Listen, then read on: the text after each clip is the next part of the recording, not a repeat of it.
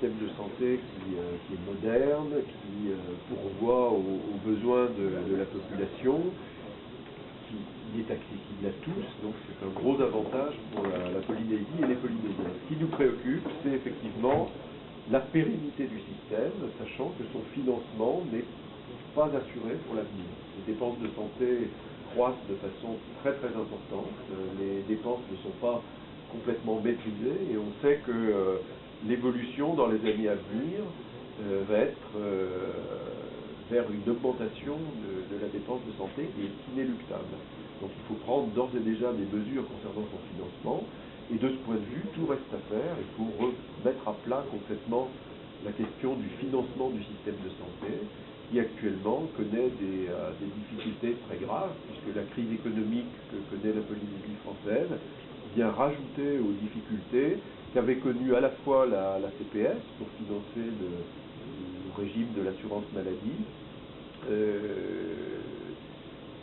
aussi bien que la Polynésie qui connaît des difficultés budgétaires liées à la crise économique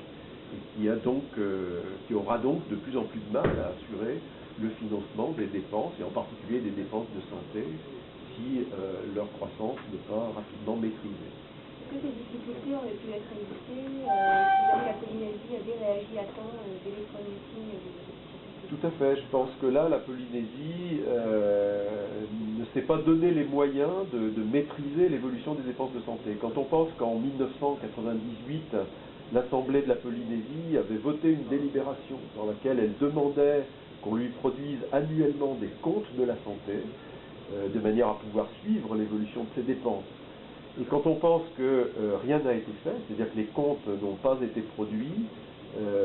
pendant toutes ces années, les seuls comptes pour la santé dont nous disposions, c'est le compte de l'année 94, quand on a mis en place la protection sociale généralisée, on a établi les comptes de la santé une première fois. Ce n'est qu'en 2000 que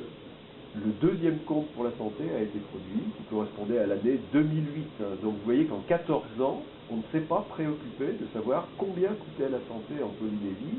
et c'est pendant toute cette période que des dérives sont arrivées qui ont fait qu'on n'a pas pris les mesures qui permettaient d'assurer le financement, un financement équilibré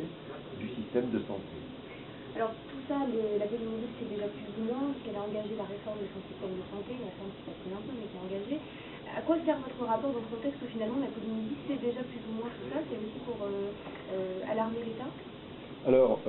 l'État est bien informé de la situation, mais il s'agit d'appeler l'attention de la Polynésie sur la nécessité d'arriver rapidement à une solution en ce qui concerne notamment le financement du système de santé et d'une manière plus générale l'évaluation de la politique de la santé et le pilotage, puisque une des insuffisances que nous relevons, c'est que le système de santé n'est pas piloté, n'est pas suffisamment piloté par la collectivité de Polynésie française.